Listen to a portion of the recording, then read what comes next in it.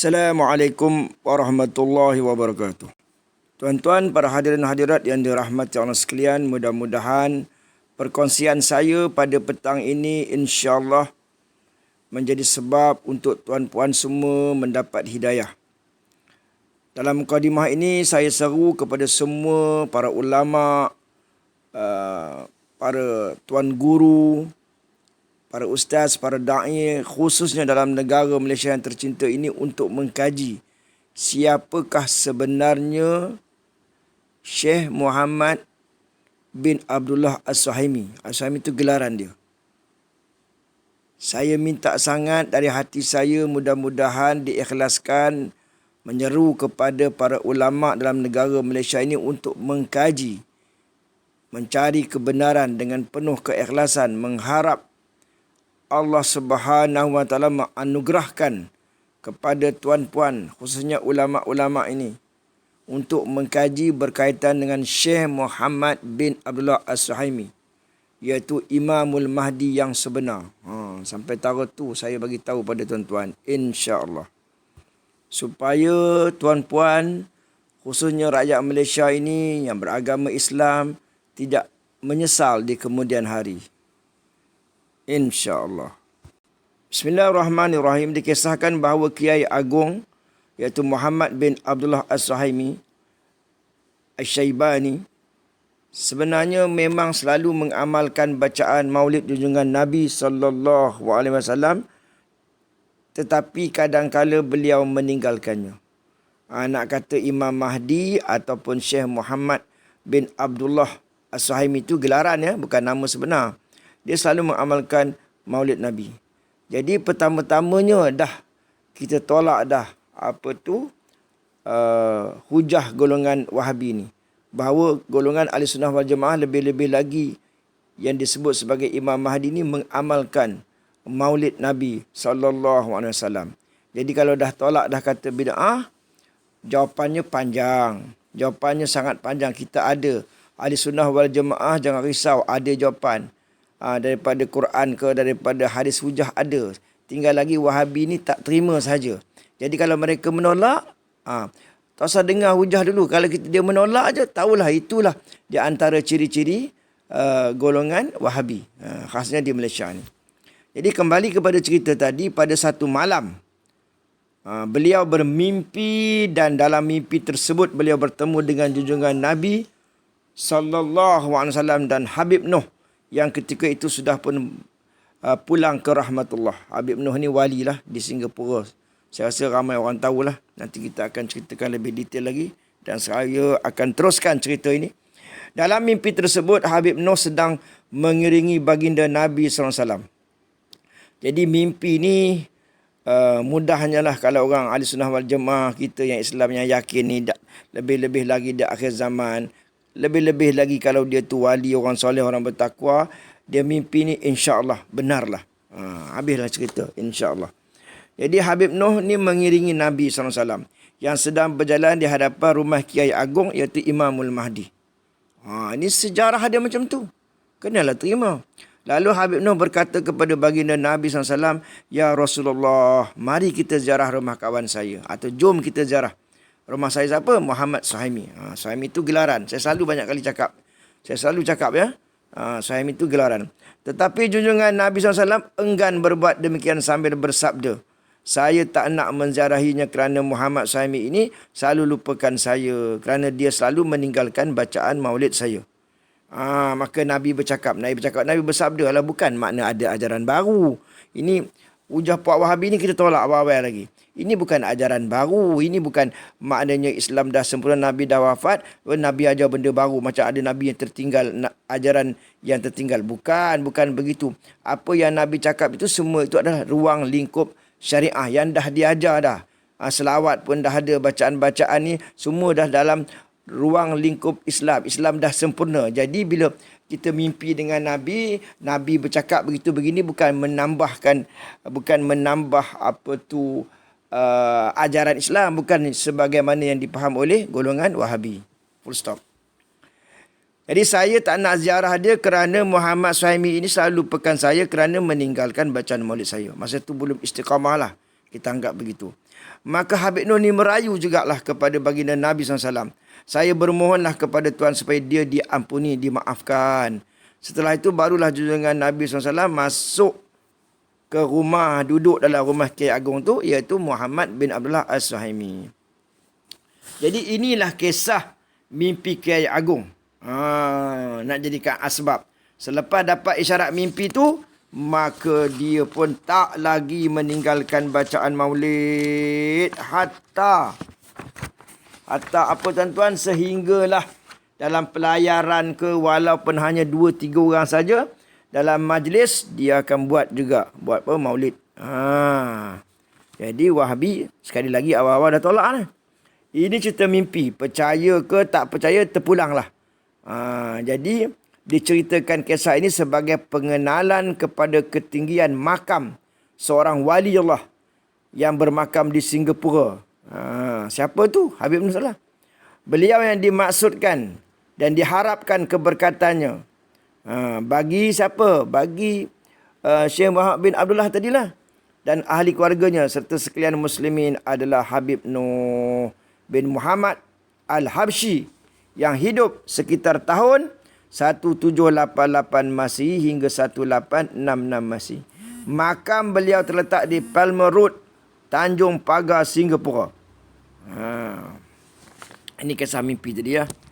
Habib Noh wali Allah ni Al-Habsyi meninggalkan dunia yang fana ini pada hari Jumaat 14 Rabiul Awal 1283 Hijrah. Dan sebelum meninggal dunia, beliau telah mewasiatkan agar dikebumikan di atas sebuah bukit kecil di Jalan Palmer tersebut. Wasiat ini dipandang ganjil kerana tempat yang ditunjukkannya itu adalah terpencil daripada perkuburan orang Islam dan berada di tepi laut yang terdedah kepada pukulan ombak dan hakisan laut. Maka ahli keluarga beliau memutuskan agar jenazahnya dimakamkan saja di tanah perkuburan biasa. Setelah selesai urusan jenazah dan ketika nak dibawa ke tanah perkuburan biasa, jenazah beliau tak dapat diangkat. Nampak tak? Amanah daripada seorang wali Allah. Wasiat daripada wali Allah. Jenazah beliau tidak dapat diangkat oleh orang yang hendak membawanya. Diceritakan puluhan orang cuba nak angkat, tapi gagal. Akhirnya barulah mereka diperingatkan agar mematuhi sahaja wasiat Habib Noh berhubung tempat pengkebumiannya. Maka apabila jenazahnya hendak dibawa ke tempat menurut wasiat tersebut, maka orang-orang yang membawanya merasa jenazahnya ringan, boleh angkat dan mudahlah mereka mengusungnya. Diceritakan lagi tahun 1962 kerajaan Singapura telah menambak dan menembus laut tadi sekitar makam Habib Noh. Dan sekarang makam tersebut berada di tengah daratan dan bukan lagi di tepi laut. Bahkan makam beliau tetap terpelihara sehingga sekarang dan menjadi ziarah bagi mereka-mereka yang mencari keberkatan seorang soleh lagi wali. Maknanya ramai orang pergi ziarah mengambil berkat. Sekali lagi Wahabi tolak hujah ni. Dia kata dekat masjid pun boleh doa direct dengan Allah. Di surau, di rumah, atas tikar sedah. Kenapa sibuk nak pergi ziarah kubur? Ini hujah apa ni? Hujah Wahabi lah. Jadi kalau dia orang hujah macam tu, kita ambil satu conclusion dulu. Ini Wahabi ni. Fahaman Wahabi macam tu. Tak payah jawab pun tak apa lagi. Itu fahaman Wahabi. Ini orang golongan Wahabi ni. Sebab dia tak pandang besar kepada wali-wali. Dia tak pandang besar pada berkat. Dia rasa usaha dia sendiri tu. Usaha dia tu boleh memberi berkah. Dia rasa macam tu. Dia boleh direct terus. Tapi bagi wali-wali ni, dia orang ni nak direct rasa apa? Rasa malu, rasa hina diri, rasa banyak dosa. Wali pun rasa banyak dosa. Rasa bersalah, tak layak. Jadi mereka mengambil keberkatan daripada kekasih-kekasih Allah. Walaupun semua kita tahu kekasih-kekasih Allah, wali ataupun nabi-nabi itu memang tak ada kuasa. Tetapi laluan berkat, tetapi sebagai sebab menjadi perantara yang disukai oleh Allah, bahkan disyariatkan yang termaktub dalam Al-Quran. Dan sikit lagi tentang Habib Nuh yang ada kaitannya. Habib Nuh ni ada kaitan dengan Imam Mahdi. Ada kaitan dengan Syekh Muhammad bin Abdullah As-Suhaimi. Karamah Habib Nuh Al-Habsyi zahir sewaktu hayatnya lagi, masa dia hidup. Diceritakan bahawa pernah beliau dipenjarakan oleh penjajah orang putih. Anehnya, peliknya, Habib Nuh boleh berada di luar penjara pada bila-bila masa yang dia kendaki. Walaupun dalam penjara, kaki dan tangannya dirantai. Walaupun dalam penjara, kaki dan tangannya dirantai, dia boleh bebas. Kan pelik tu. Karamah tu makna benda pelik yang berlaku pada wali. Jadi kalau Wahabi nak kaji, nak bagi logik juga, tak jumpa lah. Walaupun ditangkap semula, tetap dapat keluar dari penjara. Sehingga penjajah tidak tahan lagi untuk penjara. Lalu mereka pun rasa tak ada artilah nak penjarakan dia. Itu sedikit kisah tentang Habib Nuh yang ada kaitannya dengan Imamul Mahdi. Dan di sini saya sebutkan bahawa almarhum Ustaz Haji Muhammad Toha As-Suhaimi, cucu kepada Imamul Mahdi, Syekh Muhammad bin Abdullah As-Suhaimi, dalam kitabnya Jawapan bagi Tuduhan-Tuduhan terhadap Sejarah Hidup Syekh Muhammad As-Suhaimi dan Aurat Muhammadiyah. Di sana disebutkan bahawa, iaitu dalam kitab Manaqib Syekh Muhammad As-Suhaimi ni, tidak terdapat sama sekali kenyataan bahawa Syekh As-Suhaimi menjumpai Rasulullah sallallahu alaihi wasallam hidup-hidup di dalam Kaabah. Apa makna hidup-hidup ni? Dan demikian juga dalam kitab Aurat Muhammadiyah pegangan Darul Arkam, tidak terdapat kenyataan seperti itu.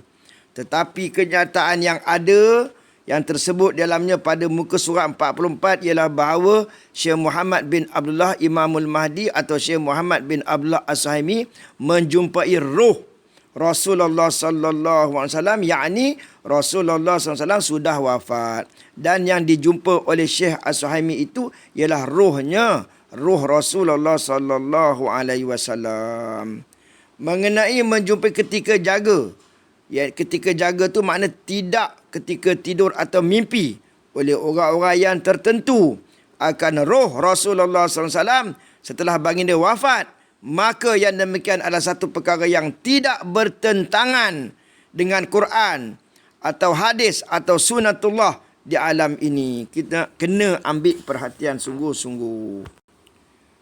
Di dalam kitab Sejarah Hidup Syekh Muhammad As-Suhaimi edisi yang terbaru, pada muka surat 27 ada dikemukakan satu hadis yang menyatakan bahawa orang-orang yang tertentu ketika jaga, iaitu bukan dalam mimpi, boleh jumpa roh Rasulullah sallallahu alaihi wasallam.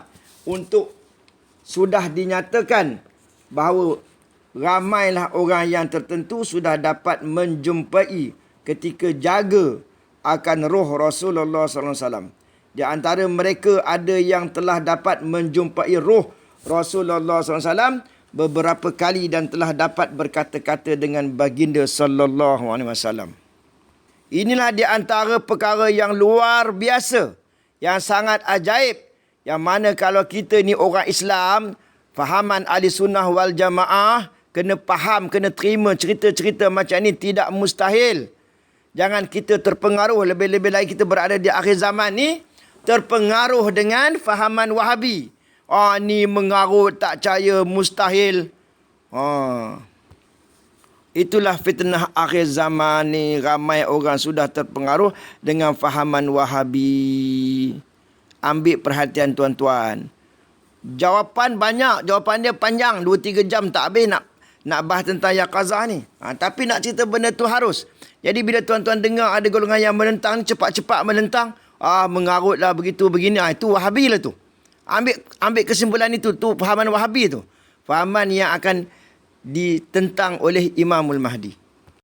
Dengar molek-molek tuan-tuan yang dirahmati Allah sekalian, mengenai roh rasul-rasul dan nabi-nabi yang boleh keluar daripada alam barzah ke alam zahir dan boleh dijumpa dan dilihat oleh orang yang tertentu yang masih hidup ketika jaga, dibuktikan oleh hadis sahih yang diriwayatkan oleh Imam Muslim bahawa ketika Nabi sallallahu alaihi wasallam dalam peristiwa Isra di Masjid Al-Aqsa baginda telah melihat roh-roh Rasul.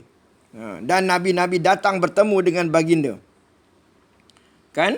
Di Masjid Al-Aqsa tu, roh-roh yang telah wafat tu datang bertemu dengan baginda. Selepas mereka sembahyang yang diimamkan oleh baginda SAW, maka malaikat Jibril telah mengenalkan Rasul-Rasul dan Nabi-Nabi itu kepada baginda SAW. Itulah Islam. Hebat, canggih. Canggihnya Islam. Bukan mengarut. Kuasa Allah. Tak mana karutnya. Allah Subhanahu Wa Taala Maha hebat.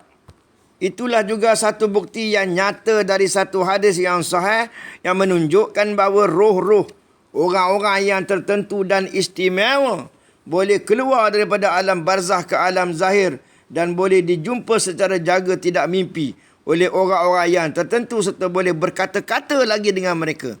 Bukan Nabi bawa ajaran baru. Nabi cakap tu benda yang dah memang ada dalam Islam. Inilah serba canggihnya Islam tu. Tapi kita ni setengahnya pahaman sempit. Ada pula bila Nabi kita bermimpi dengan Nabi, yakazah dengan Nabi, contohnya Nabi diam je. Jadi kalau kita tanya, ya Rasulullah kenapa diam? Tak boleh cakap. Kalau aku cakap ni aku bawa ajaran baru. Takkanlah agama Islam macam tu.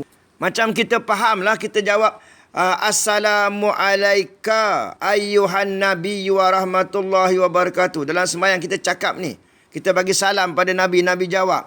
Dan kita tahu Nabi ni menjawab salam kita, membalas selawat kita, respon terhadap selawat yang kita sebutkan. Yang kita, sebagai bukti tanda kita ingat, sayang, rindu pada Nabi SAW. Takkan itu dua kerja. Apa tugas Nabi setelah dia wafat? Jawab salam, jawab selawat. Itu je. Adalah peranan lain. Jadi kita ni kena faham lah. Jadi jangan sempitkan pemikiran kita. Islam ni serba canggih.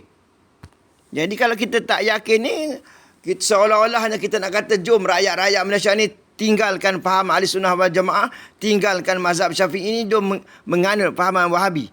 Wahabi tu betul sangat, kita ikut dia je. Maju dah Islam gamak-gamaknya. Yang konon-kononnya untuk membantras syirik, tak sedar diri terpalit dengan syirik. Sebab rasa diri tu berbuat, rasa diri tu berupaya melakukan sesuatu.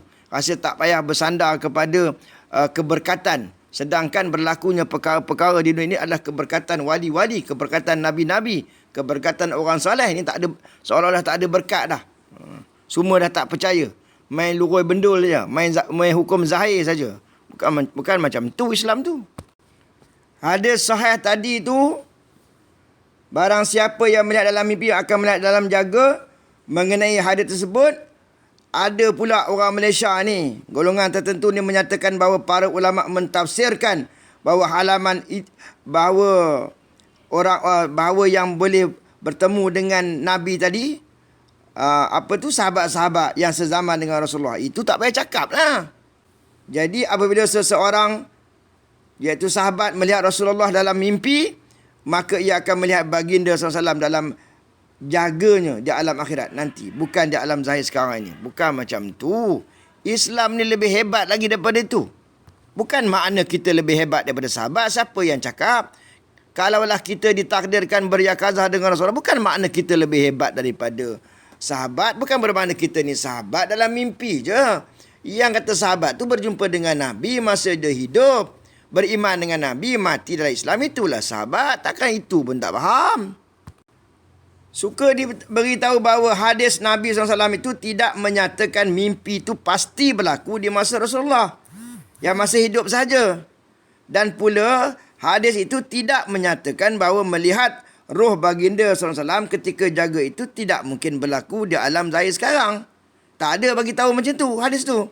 Tafsiran hadis itu sebagaimana yang dikatakan oleh pihak tertentu dekat Malaysia ni mengelirukan. Orang bagi jawapan ni, diorang ambil kitab-kitab yang pro kepada Wahabi, kitab-kitab yang lain. Itu bukan jawapan.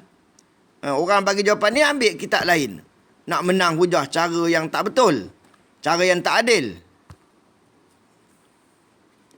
Sebenarnya para wali-wali, para ulama-ulama yang soleh, sesudah wafatnya Rasulullah SAW, banyak pengalaman mereka yang mimpi, yang bertemu dengan roh Rasulullah SAW.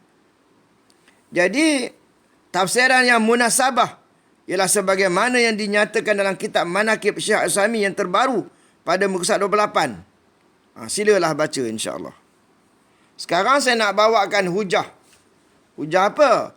Hujah lain yang mengatakan bukan Syekh Muhammad bin Abdullah sahaja yang beryakazah dengan Rasulullah, tapi ada syekh tarikat lain pun. Kalau Wahabi, tarikat pun dia tolak, semua dia tolak. Kita nak ikut dia ke? Rohnya tak ada, dia main luruh saja. Baik, saya ceritakan di sini. Syekh At-Tijani mendapat wirid dari Nabi SAW. Perkara itu bukanlah perkara yang menghairankan di kalangan orang sufi, sekalipun ditolak oleh 10 juta golongan Wahabi. Kerana sesungguhnya tidak terbilang ramainya orang-orang yang arifin, para wali, ahli ma'rifat yang menerima dari Nabi SAW berupa ilmu, aurat serta zikir, serta mimpi atau jaga. Jangan duk takwil-takwil lagi lah. Maksudnya di sini benda tu harus. Kemungkinan bukan Nabi bawa ajaran baru. Bukan bila kita ayat Quran menyebut al-yauma akmaltu lakum dinakum wa atmamtu alaikum ni'mati wa raditu lakumul Islam madinah. Islam dah sempurna. Pada Nabi pun tak boleh cakap, tak boleh bagi nasihat. Yang dinasihat, yang diajar, yang apa-apa zikir tu yang memang dah ada dalam ruang lingkup Islam yang tidak bercanggah dengan syariat Islam. Itulah Islam tu sempurna tu hebat. Bukan makna sempurna tu maknanya tak boleh bercakap dah. Kalau itu orang mimpi Nabi, Nabi diam je. Kalau cakap, bawa ajaran baru. Macam kartun dia bunyinya. Syekh Mahyuddin Ibnu Arabi menegaskan dalam kitabnya Futuhal Al-Makkiyah. Dalam bab 463 katanya, aku telah melihat dalam kasyafku dibukakan tirai ke semua para anbiya dan rasul-rasul serta umat-umat mereka melihat dengan penglihatan mata, musyahadah ain, bukan mimpi, kepada yang bersama mereka dan sesiapa yang ada sehingga hari kiamat. Apakah itu mustahil? Ayat tu mudah je. Adakah itu mustahil? Mana tidak mustahil di sisi Allah. Dan mereka itu adalah wali-wali Allah. Ini kalau tanya golongan Wahabi, mereka dah memang tolak. Ibnu Arabi ni dia orang tolak. Dia orang tak pakai. Jadi apa kita nak pakai dia orang ni? Apa nak pakai pendapat dia orang? Masalahnya bukan apa tuan-tuan. Kita dah jauh daripada zaman Nabi. Jadi kita ni dah menolak kekuatan agama Islam daripada bantuan-bantuan ghaib ini. Itu yang masalah kita ni. Kita tak percaya kita boleh dapat ilmu daripada Nabi Muhammad. Mana Nabi Muhammad dalam mimpi ke yakazah dengan kita. Kita tak percaya langsung. Kita kata benda tu katun, mengarut. Itulah namanya kategori karamah. Perkara luar biasa yang berlaku. Nabi Muhammad menasihati dalam mimpi. Semua itu adalah petunjuk dari Allah Subhanahu Wa Taala. Bukan perkara yang mengarut, bukan perkara yang mustahil. Dah orang baik, dah wali-wali, orang yang bertakwa, orang yang sangat beriman, dapatlah perkara-perkara yang pelik dan ajaib dan hukumnya harus. Jadi kalau ada orang bawa ajaran sesat yang tak betul, kita tengok dia, orang yang mabuk ke, orang yang isap dadah ke, tak sembayang ke, bukan mana kita terima terus, memanglah kita siasat-lah. Orang ni macam mana? Ini siasat pun tidak, bertemu muka pun tidak, tuduh saja bukan-bukan. Tanya tengok orang ni. Kalau dah betul caranya, baru kita boleh terima dan benda tu harus. Ini kita belum apa-apa lagi, kita dah viral, sesat. Kita bawa fitnah tu, kita bawa pertelingkahan, persengketaan, perbezaan pendapat sehingga berlakunya kucak-kacir dalam masyarakat inilah. Kerana belum apa-apa, tuduh macam-macam. Satu cerita iaitu Syekh Yusuf An-Nabhani dalam kitabnya iaitu Afdalus Salawat. Sesungguhnya Sayyidi Muhammad Al-Bakri telah menerima beberapa selawat dari Nabi SAW. Kitab tersebut juga menyatakan bahawa Sayyidi Ahmad bin Idris menerima dari Nabi SAW. Dalam kitabnya Al-Ahzab Al-Khamis. Nabi telah memberikannya kepadanya beberapa aurat yang baik serta tarikat tertentu untuk diamalkan. Jadi kalau tuan-tuan tak boleh menerima, ni orang lain, bukan Syekh Muhammad bin Abdul As-Sahimi saja, orang lain, ulama lain, wali lain. Kalau tuan-tuan menolak hujah yang saya sebutkan ini, maknanya karamah tu tak ada lah sebenarnya. Adakah kita nak tunggu betulnya karamah itu berlaku, perkara ini berlaku, kita nak pengesahan daripada golongan Wahabi? Sedangkan dia tu pun tak betul. Adakah kita nak tunggu daripada dia? Dia membaca, dia ambil daripada kitab dia, karangan ulama dia, golongan Wahabi ni. Hadis-hadis yang telah disusun oleh ulama-ulama dia. Apakah Ahli Sunnah wal Jamaah tidak ada tokoh-tokoh ulama hadis? Banyak, lebih dahsyat daripada mereka. Hafal 100,000 hadis berserta dengan sanadnya, nama-nama perawi diingat lagi. Itu Ahli Sunnah wal Jamaah. Jadi cukup kita bersandar kepada tokoh-tokoh hadis ulama muktabar daripada kalangan Ahli Sunnah wal Jamaah. Ini kalau pelik sikit mereka tak yakin, tak percaya. Diorang tak tengok peribadi orang tu, macam mana akhlaknya, waraknya, takwanya. Dia nampak peliknya, dia kata tak mungkin ni, nampak kartun. Dengan Islam ni agama zahir saja macam tu ke? Dan untuk makluman tuan-tuan, Allahumma salli ala sayyidina Muhammad, bahawa dalam video ini saya akan sertakan video yang menceritakan perihal Habib Noh, hubungannya dengan Muhammad bin Abdullah As-Suhaimi, dan juga saya akan sertakan juga video berkaitan dengan Syekh Muhammad Toha As-Suhaimi, iaitu cucu kepada Muhammad bin Abdullah Al-Mahdi, dan juga ringkasan berkaitan dengan Syekh Fadullah As-Suhaimi, anak kepada Imamul Mahdi, di mana jenazah mereka, mayat mereka ini tidak hancur, tidak musnah, walaupun telah dikebumikan sekian nama. Itu baru cucu dan juga anak kepada Syekh Muhammad bin Abdullah As-Suhaimi. Bagaimana pula dengan Syekh Muhammad bin Abdullah As-Suhaimi itu sendiri, sedangkan dia adalah Imamul Mahdi yang ghaib. Ini adalah bukti bahawa apabila Abuya yang berbahagia mulia Ustaz Asy'ari Muhammad menyebut bahawa Syekh Muhammad bin Abdullah As-Suhaimi itu adalah Imamul Mahdi, maka pihak saya telah mendapatkan bukti-bukti, ciri-cirinya yang nyata.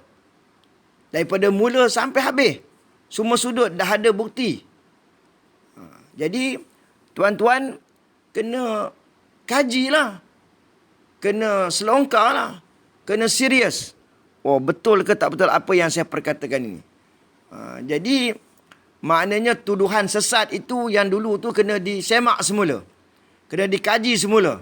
Kalau nak kebenaran, kalau nak selamat di akhirat, kena beranilah macam tu. Kena panggil ni ahli-ahli daripada jamaah Abuya ni. Panggil, tanya secara adik-beradik, secara kasih sayang. Nasabnya, keturunannya, keluarganya, semualah. Barulah kita dapat jalan keluar, insya-Allah. Itulah bagi saya salah satu syarat yang perlu dilepasi untuk Malaysia selepas ini akan maju di persada dunia, insya-Allah. Sebab apa? Insya-Allah saya sangat yakin nanti tidak lama lagi insya-Allah akan ada satu pertemuan. Saya bersangka baik satu pertemuan yang akan memurnikan keadaan, insya-Allah. Yang akan menjernihkan keadaan. Sehingga apa yang saya utarakan ini dapat dapat difahami, dapat diterima dengan izin Allah, kuasa Allah, dengan kehendak Allah Subhanahu wa taala yang maha baik. Dengan kehendak Allah Subhanahu wa taala yang maha baik, insya-Allah. Jadi saya rasa sekadar itu. Ampun maaf daripada saya, apa yang saya sebutkan yang tidak lengkap ini, tuan-tuanlah boleh melengkapkannya dengan mencari fakta-fakta lebih lanjut daripada mana-mana sumberlah, daripada kitab, daripada mana-mana. Sehingga saya sebut di sini bahawa ilmu tu yang berbetulan dengan kebenaran. Jadi ampun maaf daripada saya, sekian. Assalamualaikum warahmatullahi wabarakatuh.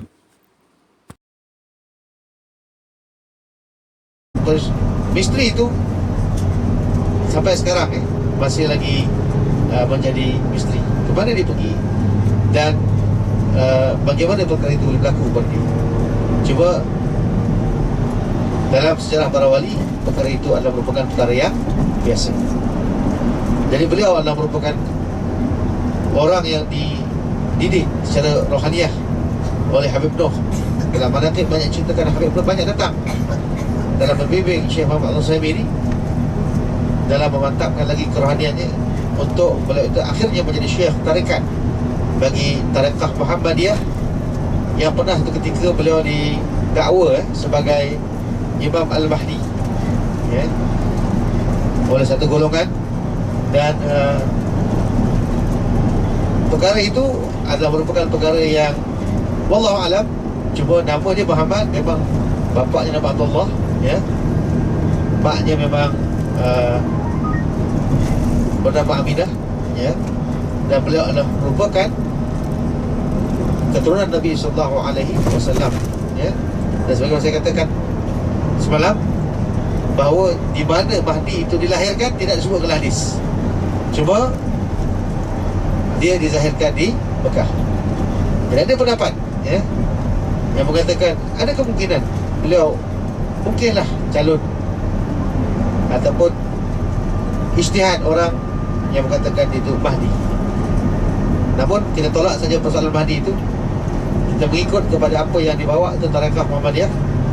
Itu adalah merupakan satu tarekat yang diasaskan di Nusantara ya, sesuai untuk orang Nusantara, dan dia diasaskan di sini. Semua tarekat kebanyakan diasaskan di Timur Tengah, di Afrika, tapi hanya tarekat Muhammadiyah diasaskan di Timur Jauh. Jadi ini di antara kisah ya, tentang Habib Noh yang mempunyai banyak karamah, yang menjadi guru kerohanian kepada Sayyid Muhammad bin Abdullah As-Suhaimi, yang merupakan pengasas kepada tarekat Muhammadiyah As-Suhaimiyah, yang satu ketika pernah Syekh Muhammad As-Suhaimi ini seorang yang mengekalkan ataupun yang mengistiqamahkan maulid Nabi seminggu 2 kali, iaitu malam Jumaat dan malam Isnin.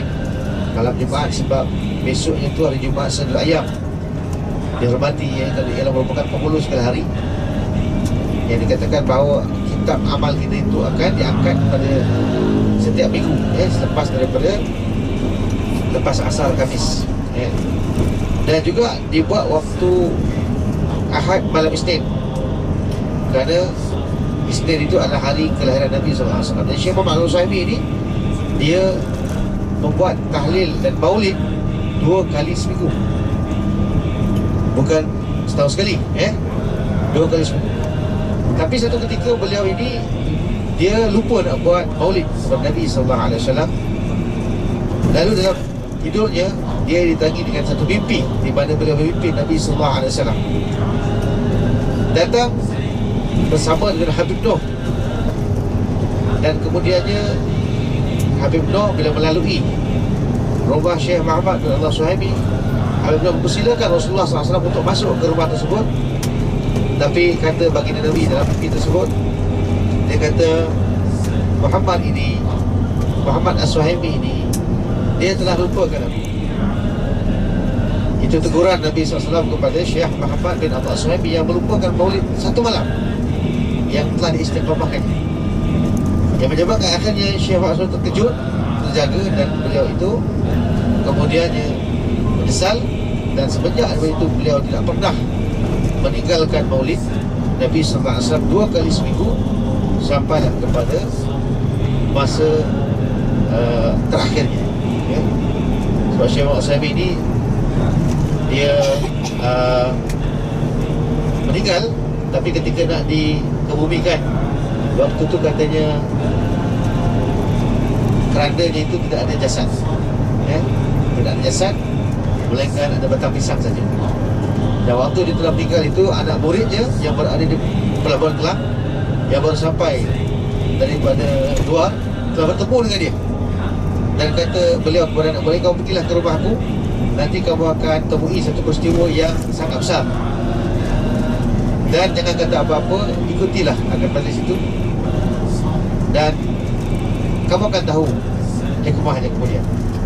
Jadi bila anak muridnya pergi ke rumah Syekh Muhammad Al-Utsaimin, rupanya majlis yang dimaksudkan itu adalah majlis kenduri arwah ataupun tahlil arwah, kerana dikatakan bahawa Syekh Muhammad Syahmi itu telah meninggal. Sekarang tadi kita ziarah makam Syekh Taha, ya. Dan tadi kita ziarah makam Syekh Abdullah As-Suhaimi, bapanya Syekh Taha. Dan saya dah ceritakan tentang Syekh Muhammad bin Abdullah As-Suhaimi, datuk mereka yang mengasaskan tarekat Muhammadiyah As-Suhaimi, ya. Yang kuburnya itu di Kelang, tapi sebenarnya tak ada, dia hilang, dia hilang. Saya berkesempatan pergi ke Wonosobo untuk pergi melihat moyang mereka, iaitu Syekh Muhammad bin Abdullah As-Suhaimi ini dia Muhammad bin Abdullah bin Umar, ya. Ataupun digelarkan dia dengan Yang Umar. Yang mereka ini daripada golongan habaib Hadramaut, daripada Pak Syaiban, ya, Al-Syaibani. Di sana lagi menarik kisahnya, ya. Di sana lebih menarik kisahnya. Yang Umar ini dikatakan guru kepada si Pitok, dalam menentang Belanda. Yang Umar ini biasa, dilihat, walaupun dah lama meninggal, biasa dilihat dia hadir di majlis-majlis maulid, malah di tempat-tempat umum, ya. Dan pernah satu ketika kita bertemu dengan cucu dia, cucu dia iaitu setara dengan cicit lah, setara dengan Ustaz Taha, menceritakan satu ketika pernah satu malam dia rumahnya diketuk, dan bila mana dia buka, dia melihat ada seorang tua datang di rumahnya.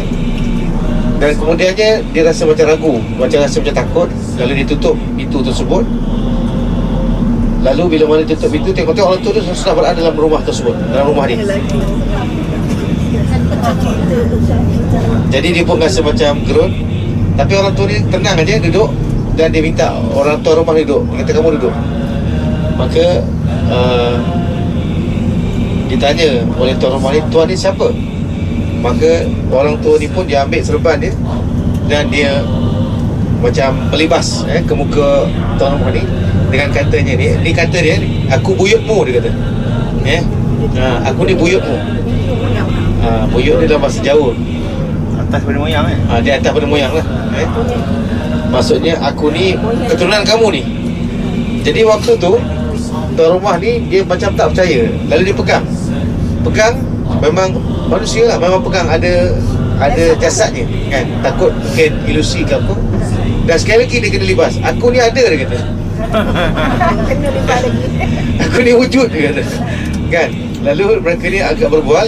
Bila dalam berbual itulah dikatakan selepas ini dia kata bahawa sesungguhnya cucunya iaitu Muhammad bin Abdullah As-Suhaimi ini ada tugas besar. Jadi kalau apa-apa yang nak dipanggil ataupun nak ditawasulkan, tawasul aja pada dia, ya. Yang datangnya dia kata. Jadi kemudiannya bila dia kata macam tu, dan kemudian kisahnya dia hilang, lepas tu dia hilang. Jadi kalau dalam kita punya tarekat Muhammadiyah tu ada dia punya tawasul itu kepada ila hadrati Syekh Taha As-Suhaimi, ya, Syekh Abdullah As-Suhaimi, Syekh Abdullah As-Suhaimi, wa ala hadha Syekh Yang Umar bin Abdul Rahim Al-Syaibani, ya. Syekh Umar bin Abdul Rahim Al-Syaibani, itulah dia Yang Umar yang